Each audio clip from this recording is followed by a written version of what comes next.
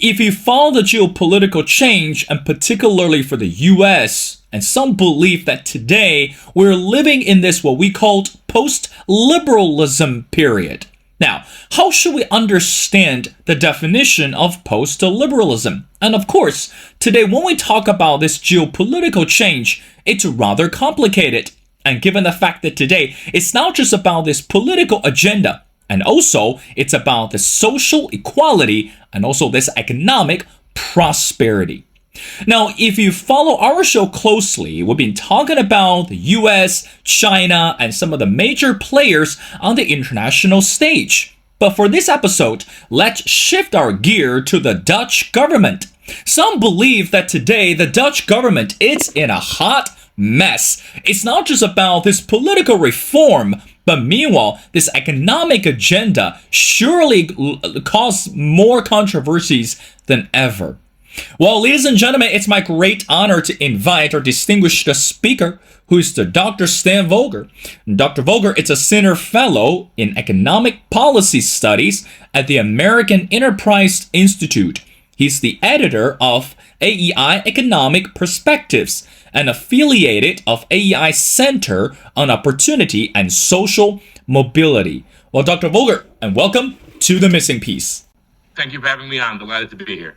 Well, again, Dr. Veuger, initially when I discovered you, because of this amazing article that you wrote and entitled, "The New Dutch Government, It's a Total Mess. An Unwilled Alliance Highlights Far-Right Scandals." I want to get started from this article. You wrote, and I quote, "It took half a year for the four constituent parties, which range from the center-right to the far-right, to produce a coalition agreement that barely even pretend to solve the Netherlands' most pressing problems." Help us with better understanding. Now, today, as we mentioned before, when we talk about this far-right or we talk about this center-right agenda, we tend to put US in the center of the topics. But when it comes to Dutch government, what do we know about this shift from center-right to the far right? And also, what is the definition for far right at this moment? Your thoughts? Yeah, so let me step back and tell you. So the Netherlands, unlike the United States, unlike the United Kingdom, has a system of proportional representation. And so, if you get 5% of the vote, you get 5% of the seats in Parliament. So there are very low barriers to entry. As a result, we've always had a large number of political parties represented.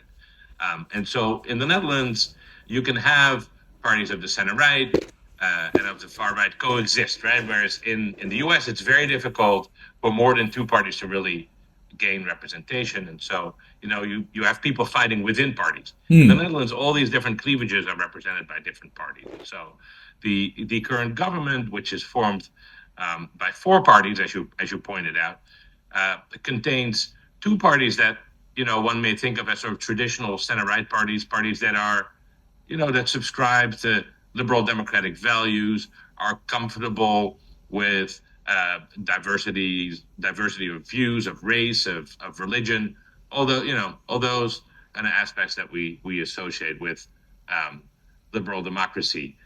Those two parties are the VVD, which is the party of the outgoing Prime Minister Mark Rutte, who's the new Secretary General of NATO, as you probably know. Then there's one party that is a pure farmers party, right? So that's they represent the interests of the farmers. Once you have enough parties, you get every special interest represented.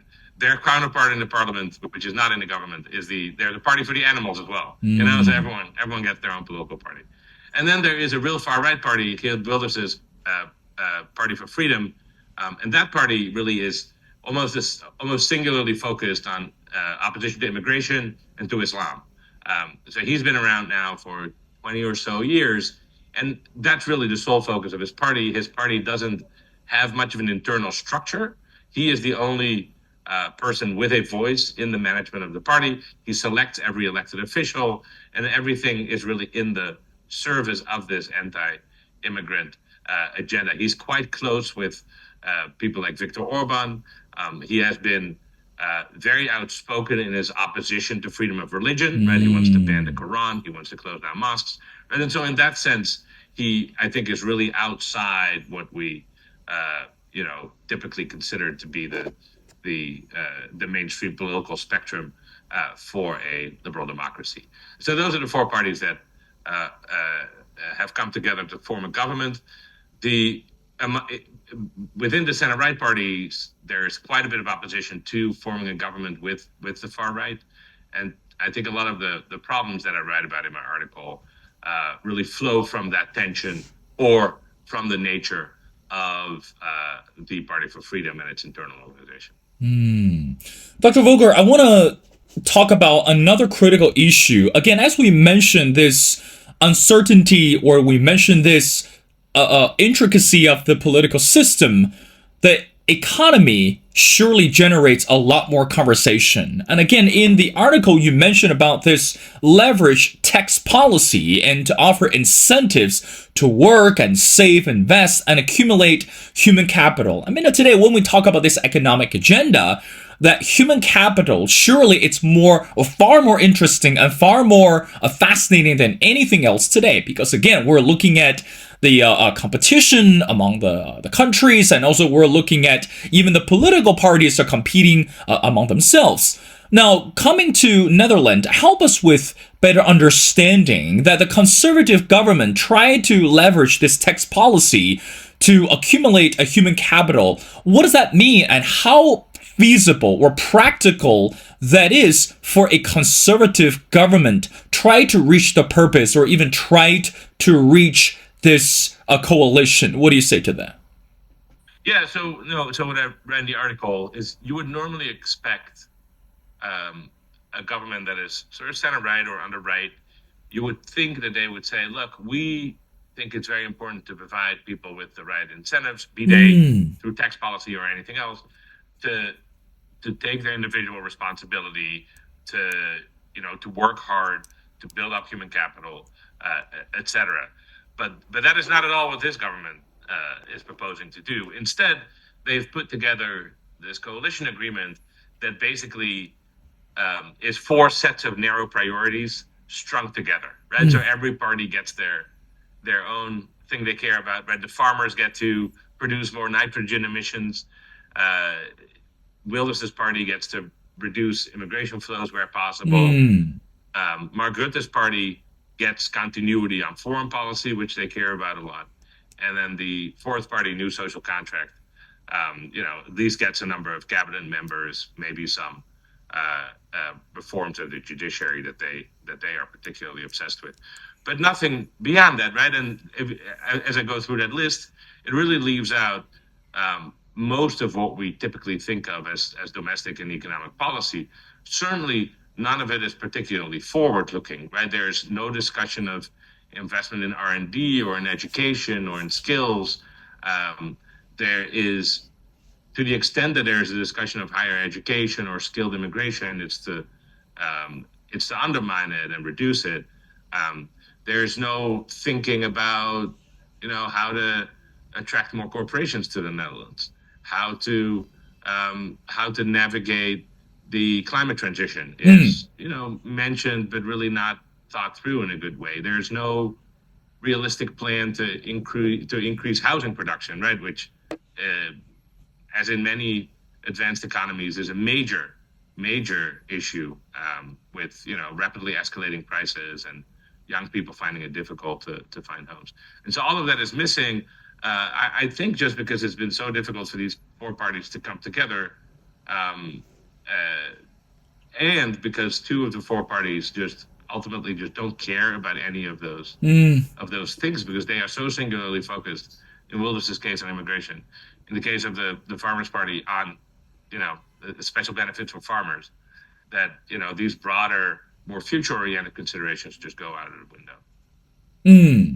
Dr. Veuger, how should we understand the rhetoric, especially, again, you briefly explained on this anti-immigrants topic. And we know that today, when we talk about immigrants, we talk about this migration policy, it's not just about the West. It's not just about the countries in Europe. And, it's actually the matter that accumulates topics across the spectrum. Now, but again, coming back to Netherlands, Again, in the article that you wrote, that Geert Wilders' anti-immigrant and anti-Muslim party for freedom, I mean, again, those things are not easily accepted by the population. And again, especially we're looking at the reaction among the younger generations. I mean, believe me, across the parties, that when we talk to experts and citizens, the younger generations are very vocal. I mean, again, they believe that reform should be take place very soon, and especially when we talk about this immigration policy or anti-immigrant rhetoric. So can you help us understand better that coming from Geert Wilders' perspective, this anti-immigrant, anti-Muslim party, how does that work in Netherlands? And how do younger generations to interpret such rhetoric, or even perhaps the policies being rolled out? Yeah, so honestly, in the Netherlands, the debate is in some ways more about past immigration than about current immigration. So a lot of the discontent, and you see this, it's not that different maybe from Germany or France in particular. There were relatively sizable waves of labor market-oriented immigration in the 60s and 70s from in the case of the Netherlands in particular, Morocco and Turkey. And I think a lot of the antipathy toward immigrants among Wilders' voters comes from people's views of those immigrant communities and how they have developed. Right, they came in with relatively low levels of education, and there's an assimilation process that takes time. And I think it's more about relations with those communities, I think, than about the current incoming flows, because those flows aren't that large. So I think that's the broad context. I think that's not that different from the situation in France, for example, or Belgium, or in Germany. Of course, the difficult part is that those communities are now long settled, and they're not certainly the children of the original immigrants are typically Dutch citizens, right? They're not going anywhere, and so treating them as not truly belonging, I think, will only exacerbate the problem. While there's no like policy way to make those people disappear, and so I think that is a little different from immigration debates in some other countries where it's really about current flows, right? The situation in the U.S. where a lot of the concern is about the situation around the southwestern border, and about people who are in the asylum process. That's really not, I think, the core of the issue in the Netherlands, and so that also just makes it much harder for policymakers to respond to. So earlier, when I described the Wilders part of this governing framework, it's not clear to me what they're actually going to be able to accomplish, right? Because you have these relatively small number of asylum seekers. The hard part is often that countries of origin don't want to take people back. Other European countries don't want to take, asylum seekers. There's, I think, hardliners in power in most countries by now, and so there's just I don't see how the anger people feel, or what drives people to vote for Wilders, how that's going to be addressed with actual policy measures. So I think that's important context to keep in mind. Yeah. Well, but Dr. Yeah, go ahead. No, you go ahead. Yeah. Well, Dr. Veuger, because again, today when we talk about the issue of immigrants, I think another word that links naturally together is the word economy. I mean, again, many countries are very concerned about the presence of immigrants because it adding additional economic pressure to the society. I mean, again, we're looking at the fabric of the society. We're looking at this economic agenda, and surely some countries today are battling against this what we call wealth gap. No one would like to stay at the bottom, and surely everyone would like to stay in the middle and hopefully reach to the top. But by accepting or by having this conversation about immigrants and about these migrations, how do you think that, again, coming back to Wilders' party, that to understand this correlation or this link between immigrants and economic agenda, and also how do you think that the general view of this economic perspective in Netherlands today, what do you say to that? So I would highlight three things. So the first one is there are a number of industries in the Netherlands. Netherlands is a big agricultural producer, even though it's a pretty small country in area. And so that sector relies pretty heavily on low-skilled seasonal immigrants, but they typically come from within the European Union, right? So there's free movement of people within the European Union.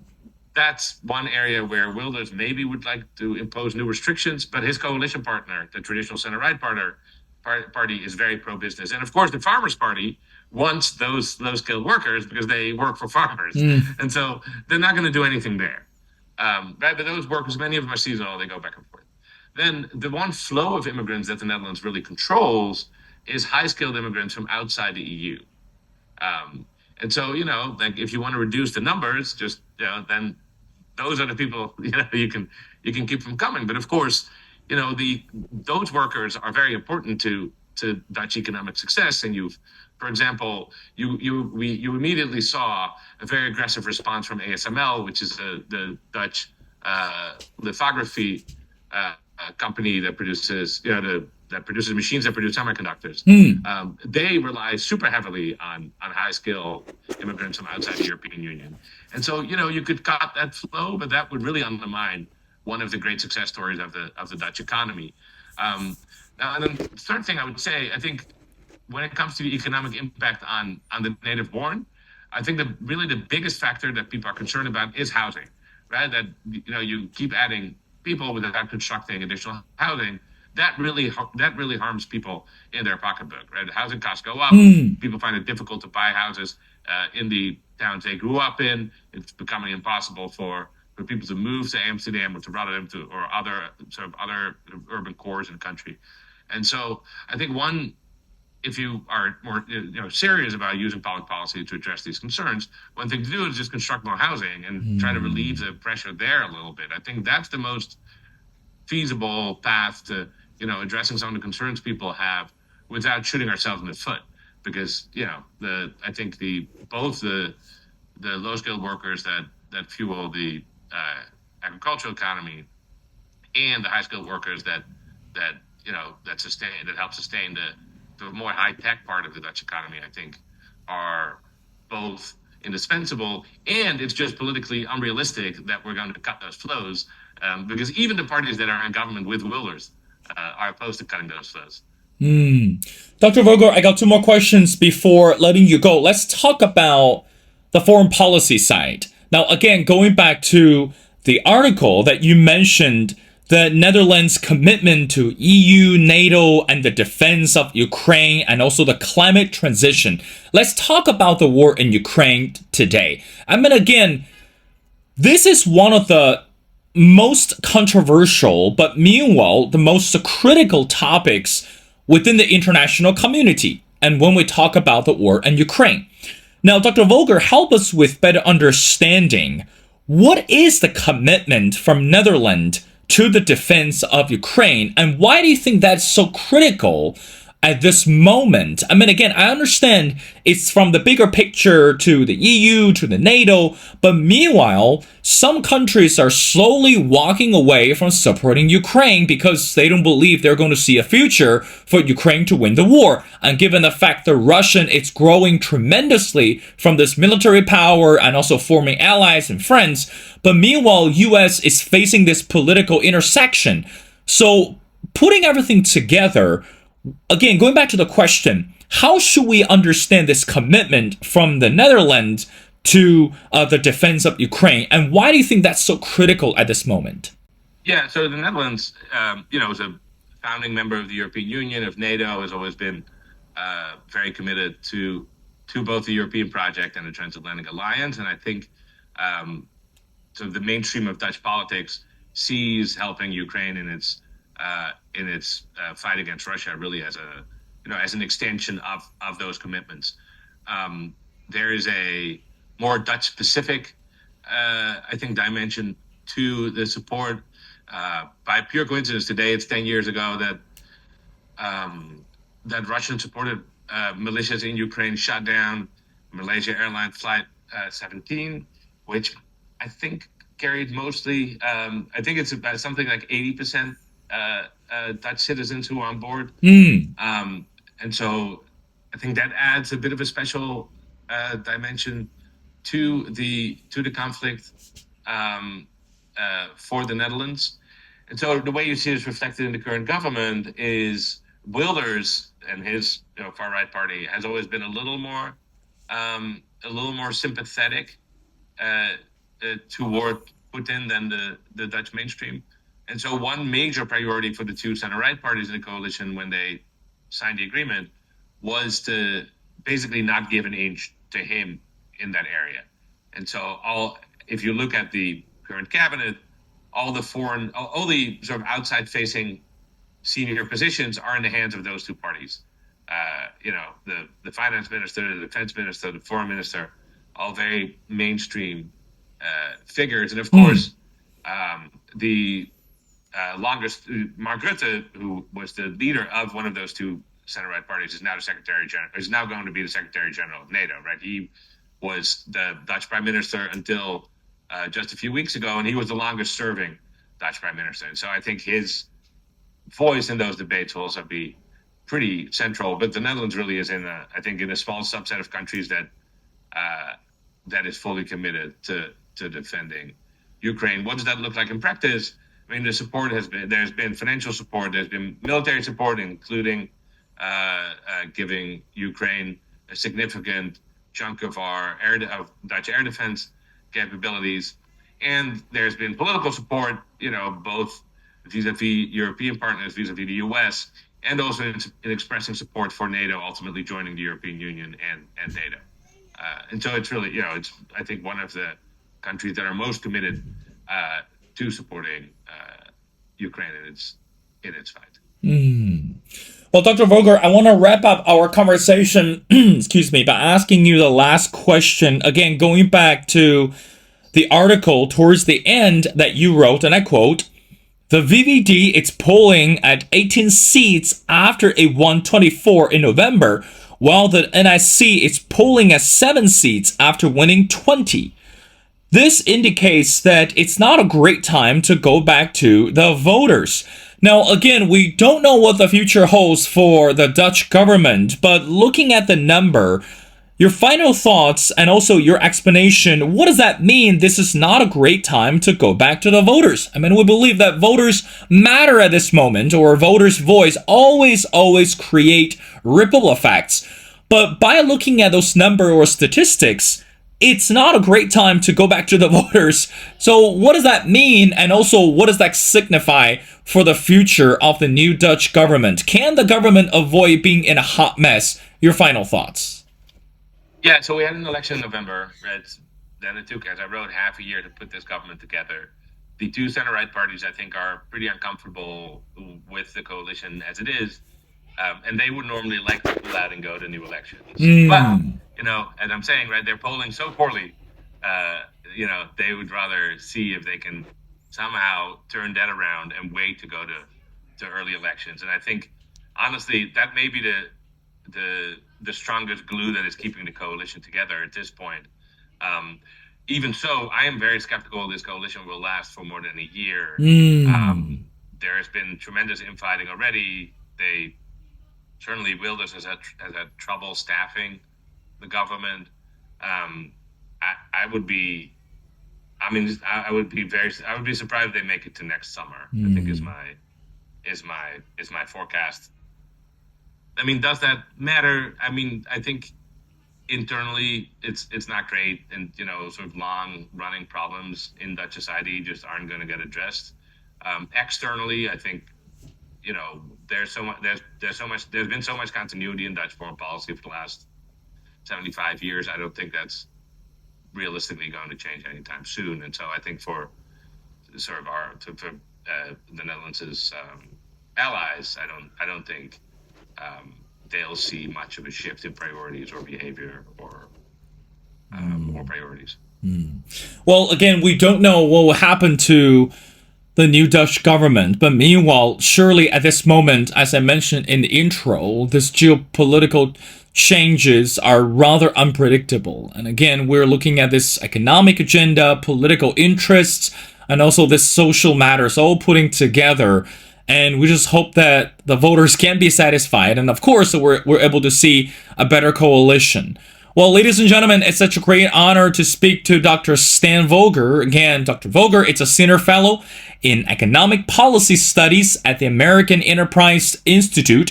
He's also a fellow at the IE School of Politics, Economics, and Global Affairs, and affiliated at Harvard University's Center for American Political Studies.